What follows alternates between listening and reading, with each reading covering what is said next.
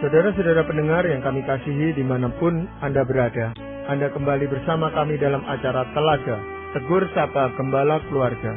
Saya Gunawan Santos, saudari Lembaga Bina Keluarga Kristen, dan kali ini saya bersama Ibu Dincie Laluyan. Kami akan berbincang-bincang dengan Bapak Pendeta Dr. Paul Gunadi.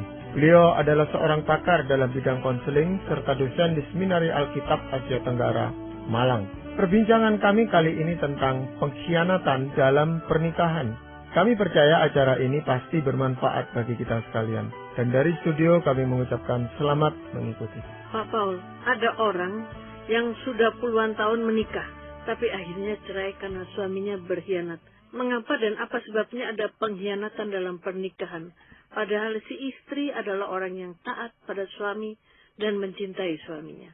Ibu Dincie, memang salah satu atau mungkin krisis terbesar dalam pernikahan adalah pengkhianatan ya. Berita bahwa pasangan telah berselingkuh itu dapat diibaratkan seperti tornado ya, yang secara sekejap melanda dan menyapu bersih kehidupan yang telah dibangun bersama.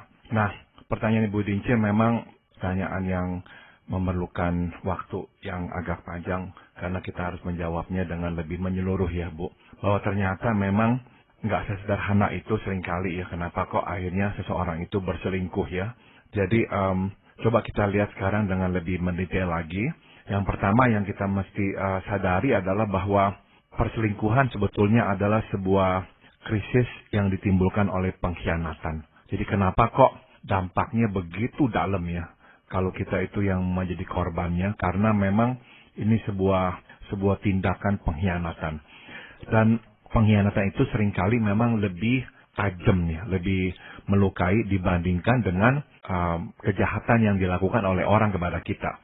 Kita memang sudah beranggapan orang ini akan berbuat jahat kepada kita ya, kita nggak lagi itu bingung, kita mengambilkan dia sebagai orang yang jahat. Tapi kalau kita itu tuh dikhianati ya, kita itu tuh biasanya lebih tertusuk karena sudah ada unsur percaya.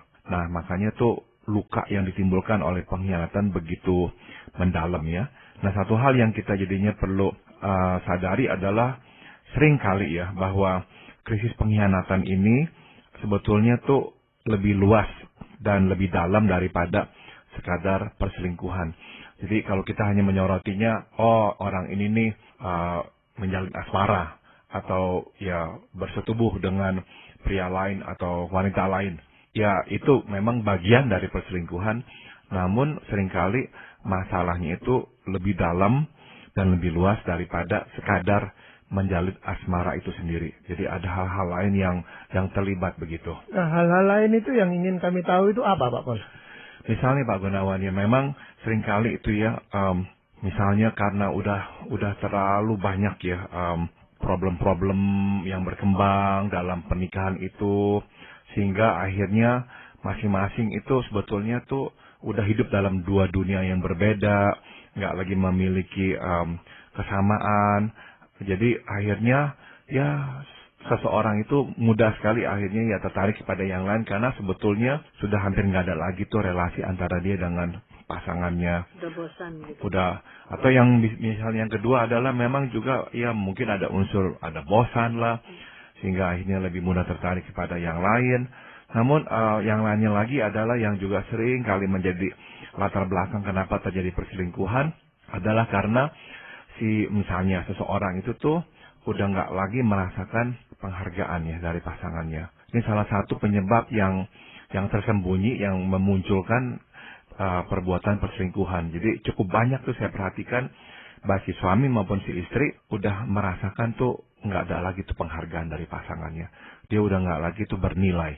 Misalkan deh ya, contoh misalkan ada suami yang merasa ya dia itu tuh kalah di bawah. Ya, suaminya itu tuh nggak merasa dia tuh yang menjadi kepala dalam rumah tangganya, nggak mendapatkan penghargaan dari istrinya. Nah, mudah sekali akhirnya dia itu tuh akhirnya jatuh ke dalam dosa perselingkuhan. Nah, dari pihak wanita yang juga sering saya lihat adalah memang kehausannya akan kasih sayang itu, karena dia merasa dia sudah menikah begitu lama, ya hanya diperlakukan nggak lebih dari sebetulnya pengasuh anak-anak yang hanya bertugas untuk memastikan anak-anak bisa sekolah dan bertumbuh besar dengan baik. Di luar itu nggak ada lagi apa-apa. Sehingga dalam kehausan, kekeringan itu, dia mudah sekali akhirnya memberi respons kepada orang yang memberikan perhatian dan kasih sayang kepadanya. Jadi sebenarnya pengkhianatannya itu terletak di mana itu Pak Paul? Sudah tentu pengkhianatan itu merupakan tindakan yang melanggar kepercayaan. Jadi pernikahan itu tuh berasumsi ya, atau mengasumsikan bahwa kita akan setia.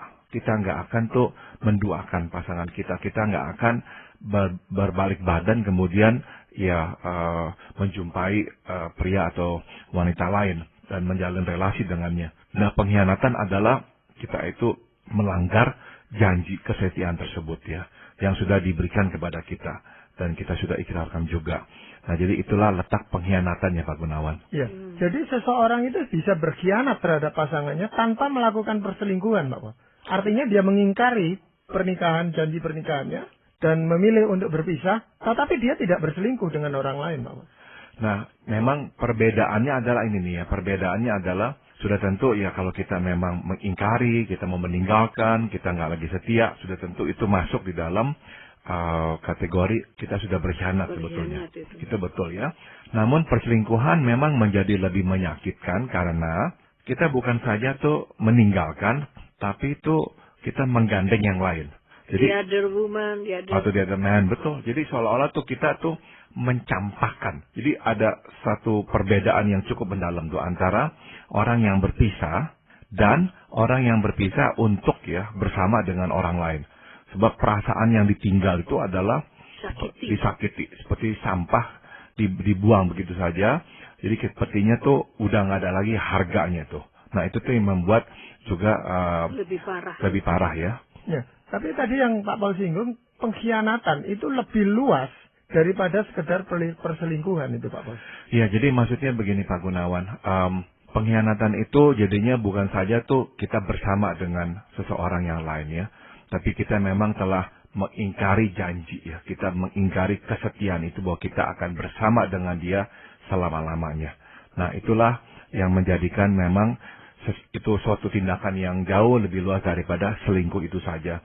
Makanya dampaknya bisa begitu mendalam pula. Ya, tapi tentu saja itu ada latar belakang, ada sebab-sebab yang seringkali muncul, kemudian terjadi pengkhianatan atau perselingkuhan. Nah, sebab-sebab apa yang biasanya ada itu Pak Paul? Biasanya ya sudah tentu ada yang memang ya nggak bisa setia lah. Ada orang yang memang nggak bisa setia itu. Susah sekali setia.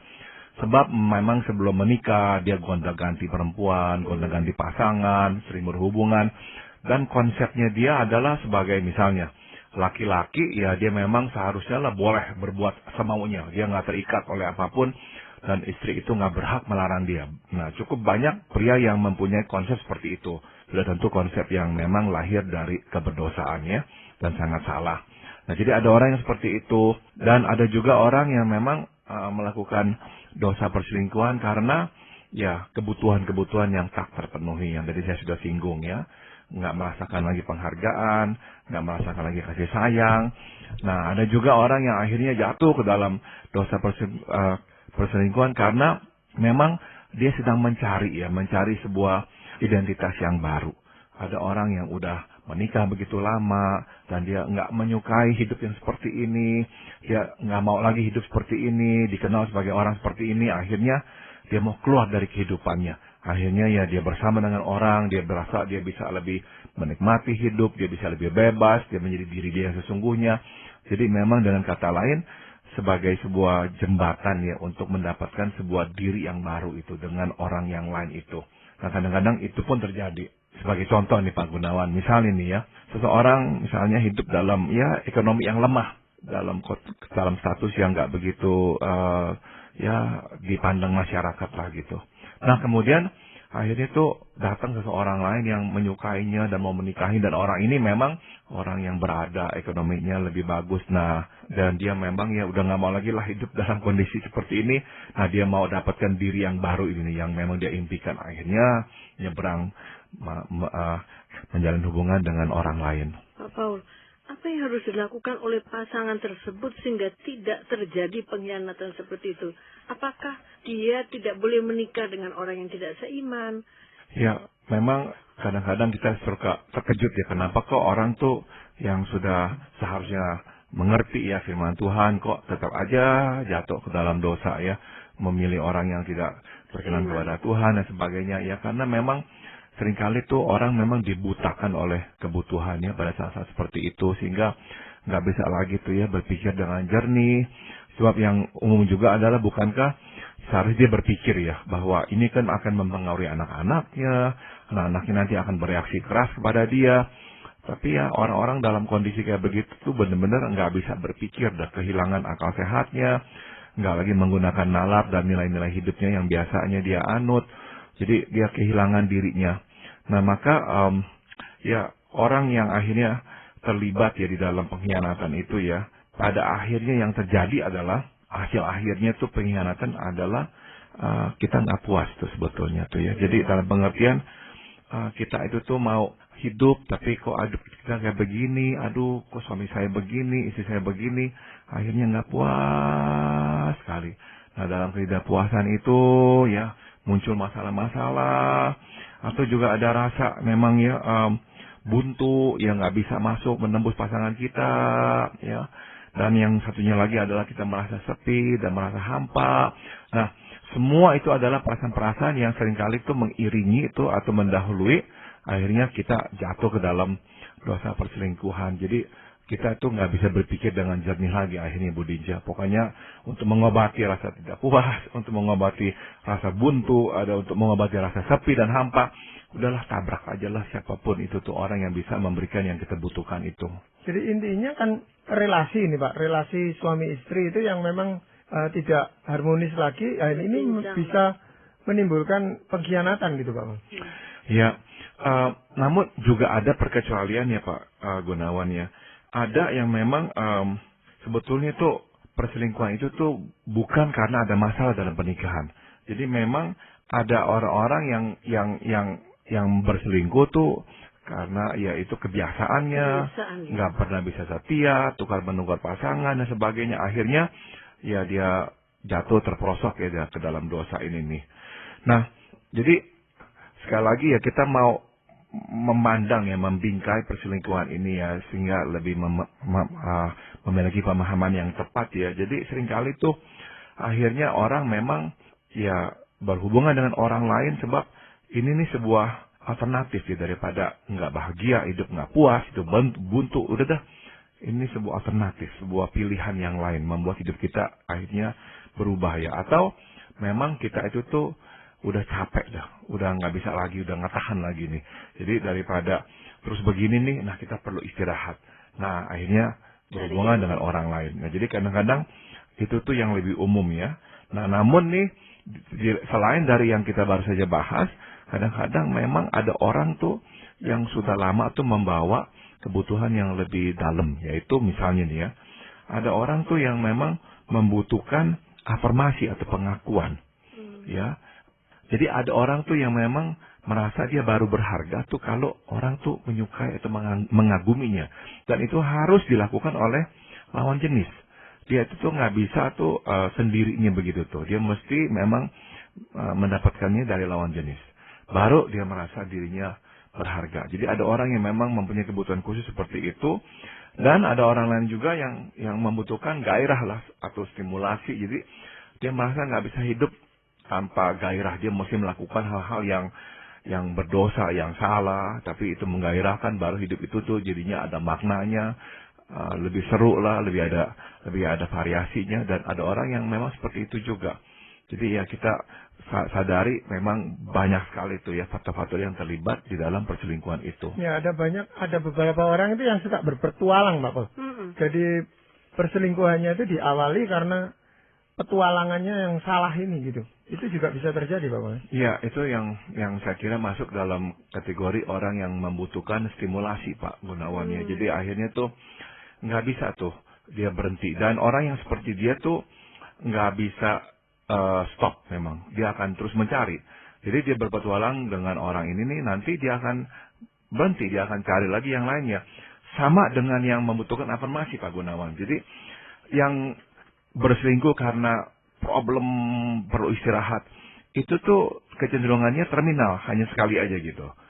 Tapi yang membutuhkan pengakuan, yang membutuhkan stimulasi, itu cenderung itu nggak bisa berhenti tuh. Jadi benar-benar bisa berseri tuh. Nanti selama dia hidup, selama dia masih bisa melakukannya, dia akan terus melakukannya. Gonta-ganti terus. Gonta-ganti terus jadinya memang. Jadi dia akan butuh pengakuan lagi nih. Udah dari satu orang ini nih, dia udah berselingkuh dengan dia, bertahan beberapa lama, dia akan berselingkuh lagi. Saya sudah menjumpai orang yang seperti ini Pak Gunawan, sampai berkali-kali. Nggak bisa berhenti-berhenti. Sebab memang ya dia selalu butuh afirmasi. Kenapa tuh memang latar belakang akhirnya kita simpulkan. Dia orang yang mungkin sekali ya nggak pernah merasa dirinya berharga. Hidupnya sangat kosong. Mungkin keluarganya bermasalah sekali. Sehingga dia selalu butuh afirmasi dari orang. Dan dia butuhkannya dari lawan jenis itu. Jadi satu selesai dia cari yang lain. Sama seperti orang yang berpetualang. Meskipun motifnya memang berbeda. Ya, tapi orang yang berselingkuh, Pak Paul, itu kan harus mendapatkan pasangannya supaya dia bisa berselingkuh dengan orang itu. Dan pasangan ini juga punya masalah-masalah di dalam pernikahan mereka tentunya. Tapi dalam pengkhianatan, Pak Paul, itu kan bisa terjadi walaupun tidak ada pasangan. Dia bisa melakukan pengkhianatan lewat pelacuran dan sebagainya. Atau memang orang ini punya kelainan. Ya. Saya baru saja membaca suatu artikel hari ini yang mengatakan bahwa ada sepasang suami istri yang sudah punya anak 3. Setelah punya anak 3, istrinya menjumpai bahwa ternyata suaminya ini gay. Waduh. Dan berpelukan dengan sesama jenisnya yang pria. Istrinya ini melihat sendiri dengan mata kepalanya lalu sampai lemes dia, Pak. Dan akhirnya keluarga ini cerai. Ya, mau tidak mau cerai gitu Pak Paul. Ini kan kelainan jiwa di dalam diri suaminya dan bisa ditutupi sampai dia punya anak 3 gitu Pak Paul. Jadi kalau perselingkuhan memang selamanya membutuhkan lawan lagi, harus ada partnernya gitu Pak Paul. Tapi kalau pengkhianatan kan tidak perlu seperti itu. Iya, jadi banyak bentuknya ya pengkhianatan itu, nggak harus memang dalam bentuk perselingkuhan ya. Tadi Pak Gunawan bilang bisa juga ya dia main pelacur lah, atau bisa juga memang bentuk-bentuk yang lebih tersembunyi, misalnya adalah ya mengunjungi situs-situs porno, sehingga dalam pikirannya dia tuh yang ada adalah orang-orang lain yang porno-porno itu, bukannya pasangannya sendiri. Jadi itu adalah bentuk-bentuk pengkhianatan yang memang nggak terlalu terlihat ya. Perselingkuhan mungkin yang lebih nyata aja, betul. Ada juga begini Pak Paul, laki-laki yang tidak puas dengan istrinya, dia melacur terus. Itu dilakukan terus, akhirnya dia harus berobat. Tapi ada juga wanita yang selalu cari laki-laki bergonta-ganti dan itu tidak pernah berhenti. Itu pengkhianatan semacam apa itu Pak? Jadi dia sudah pindah dari laki-laki yang satu, pindah yang laki juga yang laki-laki ini pindah ke perempuan yang satu, itu kok bisa seperti itu? Saya kira itu ya contoh dari yang tadi Pak Gunawan sudah angkat, yaitu orang yang memang mencari petualangan Ibu Dince. Jadi dia tuh nggak bisa tuh dengan satu wanita saja tuh, makanya harus cari wanita-wanita lain. Atau pria lain gitu. Iya, jadi dia butuh memang pengakuan itu. Sedangkan yang kedua itu yang Ibu tadi munculkan, kenapa kok juga ada wanita yang begitu? Kebanyakan kalau wanita biasanya memang kebutuhannya tuh kalau nggak butuh pengakuan, afirmasi, atau dia memang membutuhkan kasih sayang. Jadi akhirnya karena dia butuh kasih sayang, dan dia nggak mendapatkan dari pasangannya, ya dia cari yang lain. Nanti yang lainnya bosan sama dia cari lagi sama yang lain. Atau ya dia butuh afirmasi, pengakuan. Nah ini orang akhirnya mula-mulanya ya memberikan pengakuan, menghargai dia, tapi lama-lama enggak lagi. Nah dia cari lagi yang lain. Nah biasanya ya seperti itu dah. Jadi sebetulnya hal-hal seperti ini bisa dicegah, bisa dihindarkan Pak. Cuman masalahnya apa yang harus kita lakukan? Ada beberapa ya Pak Gunawan yang bisa saya bagikan. Misalnya yang pertama adalah dari awalnya seharusnya lah kita ini lebih berhati-hati memilih pasangan. Sebab kenapa? Banyak bencana dapat dihindarkan kalau saja kita memang lebih berhati-hati dalam memilih pasangan. Karena sekali lagi ya, kita mesti melihat baik-baik siapa tuh yang kita akan nikahi dan akan bersamanya seumur hidup. Jadi jangan kita itu tuh udah merasakan ada masalah terus tutup mata dan beranggapan pokoknya ya nanti bisalah beres dah. Enggak lah dia nggak seperti itu. Enggak ya. Jadi saya selalu memberikan perumpamaan seperti ini nih ya. Kita kan kalau mau membeli rumah, kita tuh berhati-hati sekali.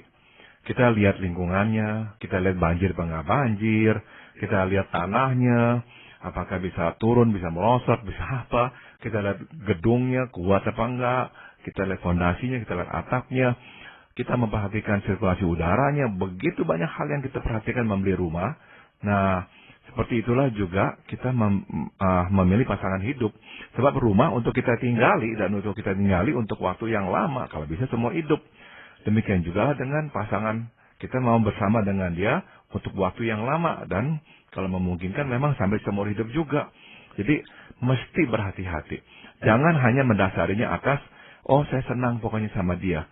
Terlalu banyak orang yang menggunakan, ya yang menggunakan ukuran tuh pokoknya tuh, aduh saya senang sama dia.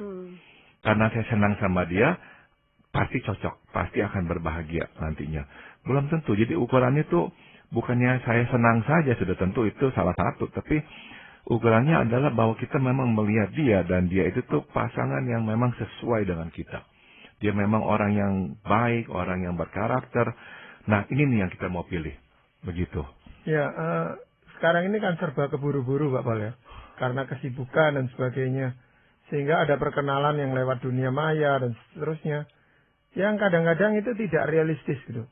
Jadi kita belum mengenal pasangan itu sebaik mungkin. Tapi karena usia, karena waktu, ya terdesak ya sudah menikah aja. Nanti dijalani aja gitu Pak Pol. Ya, banyak orang menggampangkan ya, apalagi kalau udah terdesak oleh usia, apalagi ya udah dah terima aja dah siapapun ya, asal pokoknya ya mau saya. Jadi kita memang mesti berhati-hati ya. Kalau saja kita memang lebih berhati-hati, banyak bencana bisa dihindarkan dah. Kayak misalnya tentang yang tadi kita ngomongin ya, tentang perselingkuhan, pengkhianatan. Kadang-kadang tuh ada orang tuh yang memang lagi masa berpacaran pun udah dikhianati, udah dibohongin, dia udah sama orang lain lah, apalah, ada yang begitu. Ya, ada juga yang memang ketahuan bahwa latar belakangnya memang sering sekali ya berkencan dengan wanita atau pria, akhirnya tetap nikahi juga. Jadi ada hal-hal tuh yang seharusnya tuh udah memberikan kepada kita tuh lampu peringatan ya. Jadi jangan sampai kita akhirnya ya terjeblos lah. Ya memang orang tua-tua lebih teliti dalam hal ini Pak Pol ya, sehingga memberikan pedoman, memberikan wejangan kepada anaknya yang akan menikah dan seterusnya, dan mencarikan pasangan yang cocok buat anaknya ini. Seperti orang Jawa mengatakan harus dilihat bibit, bebet, bobotnya. Iya, iya. Dan kalau kita perhatikan memang ya orang-orang dulu itu Pak Gunawan, Ibu Dince, mereka nggak begitu perhatikan memang unsur-unsur perasaan tuh. Mencintai lah apa, itu di nomor 2 kan. Tapi benar-benar dilihat tuh orangnya tuh, latar belakang itu. Sebab mereka beranggapan kalau itu udah benar tuh, kebanyakan yang akan beres begitu. Dan pikir memang ada benarnya Pak Gunawan. Memang ada benarnya. Iya. Hal lain yang perlu kita lakukan apa Pak? Nah, supaya jangan sampai terjadi pengkhianatan dan perselingkuhan adalah dalam pernikahan seharusnya kita lebih memfokuskan pada hal-hal yang positif ketimbang negatif ya. Begini nih ya, kita mesti ingat ya. Kadang-kadang tuh kita itu tuh aduh kesel melihat kekurangan pasangan kita, aduh dia begini, dia begini, dia begini. Tapi kita mesti ingat bahwa yang awalnya menyatukan kita dengan pasangan kita bukankah hal-hal yang penting? Hal-hal yang penting lah yang kita lihat pada dirinya yang membuat kita berkata saya mau sama dia. Nah, sedangkan nanti itu yang memisahkan kita dan membuat kita bertengkar umumnya nantinya adalah hal-hal yang sebetulnya itu tidak terlalu penting. Hal sepele. Hal-hal yang lebih sepele memang tentang kepribadian ini dia atau tentang misalnya gaya hidupnya dia. Tapi bukankah pada awalnya tuh yang menyatukan kita adalah hal-hal penting yang kita lihat pada dirinya. Nah, sebaiknya lah dalam pernikahan kita fokus pada hal-hal yang positif itu tuh. Ya, jadi jangan lagi tuh terlalu membesar-besarkan hal-hal yang negatifnya. Ya udahlah, kita terima itu dan kita fokuskan pada yang baik. Kita sampaikan kepada dia apa yang baik. Ya, misalkan dia seorang yang memang bertanggung jawab, ya, dia bekerja, dia memperhatikan anak-anak. Ya udahlah, kita tekankan dan kita sering katakan kepada suami kita, saya itu tuh sangat ya menghargai komitmen kamu untuk menjaga anak-anak. Kamu orang yang setia, ya, kamu nggak macam-macam. Sering-sering ngomong begitu. Nah, kita nggak terlalu lagi tuh mengangkat-angkat tuh hal-hal yang menjadi kekurangannya dia lah. Ya misalnya memang orangnya kurang bersih lah, kadang-kadang suka terlambat lah atau apalah, udahlah gitu-gituan itu kita nggak terlalu fokuskan lagi. Nah kadang-kadang dalam percakapan kita bisa munculkan lagi, ya kalau bisa kita jangan terlambat. Tapi sekali-sekali yang lebih kita fokuskan hal-hal yang positif. Setelah menikah sayangnya yang terjadi kebalikannya Pak Gunawan, Ibu Dince ya. Kita langsung akan cari yang negatifnya, yang kita sebetulnya sukai, hargai sebagai banyak hubungan kita. Itu yang kita akhirnya tuh nggak lagi lihat dan kita nggak sampaikan penghargaan kita. Itu yang terjadi. Ya mungkin karena kebosanan itu tadi Pak Bos. Setelah menikah ketemu dengan yang banyak negatif ini bosan, lalu yang lebih menonjol kelihatan ini kan yang negatif-negatif saja gitu Pak Bos. Tapi saya percaya masih ada banyak hal yang perlu kita bahas untuk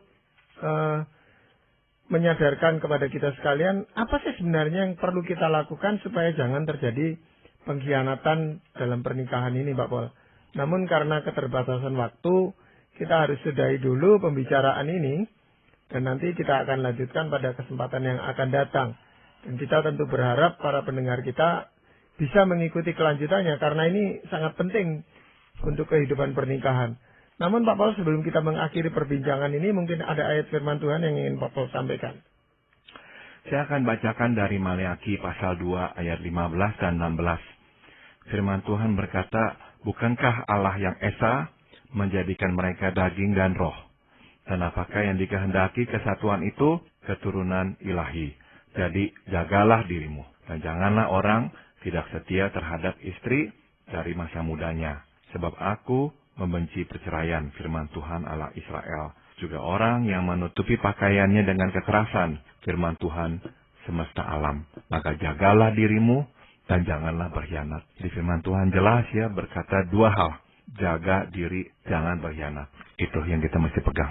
Iya, terima kasih Pak Bo. Jadi untuk perbincangan ini jadi kita akan lanjutkan pada kesempatan yang akan datang supaya lebih lengkap, supaya lebih banyak hal yang bisa kita ungkap. Dan para pendengar sekalian, kami mengucapkan banyak terima kasih. Anda telah mengikuti perbincangan kami dengan Bapak Pendeta Dr. Paul Gunadi dalam acara Telaga, Tegur Sapa Gembala Keluarga. Kami baru saja berbincang-bincang tentang pengkhianatan dalam pernikahan, bagian yang pertama. Bagi Anda yang berminat untuk mengetahui lebih lanjut mengenai acara ini, silakan menghubungi kami lewat surat. Alamatkan surat Anda ke Lembaga Bina Keluarga Kristen atau LBKK, Jalan Cimanuk 56, Malang. Anda juga dapat menggunakan email dengan alamat telaga@indo.net.id. Kami juga mengundang Anda mengunjungi situs kami di www.telaga.org. Saran-saran, pertanyaan, serta tanggapan Anda sangat kami nantikan. Akhirnya dari studio kami mengucapkan terima kasih atas perhatian Anda dan sampai jumpa pada acara Telaga yang akan datang.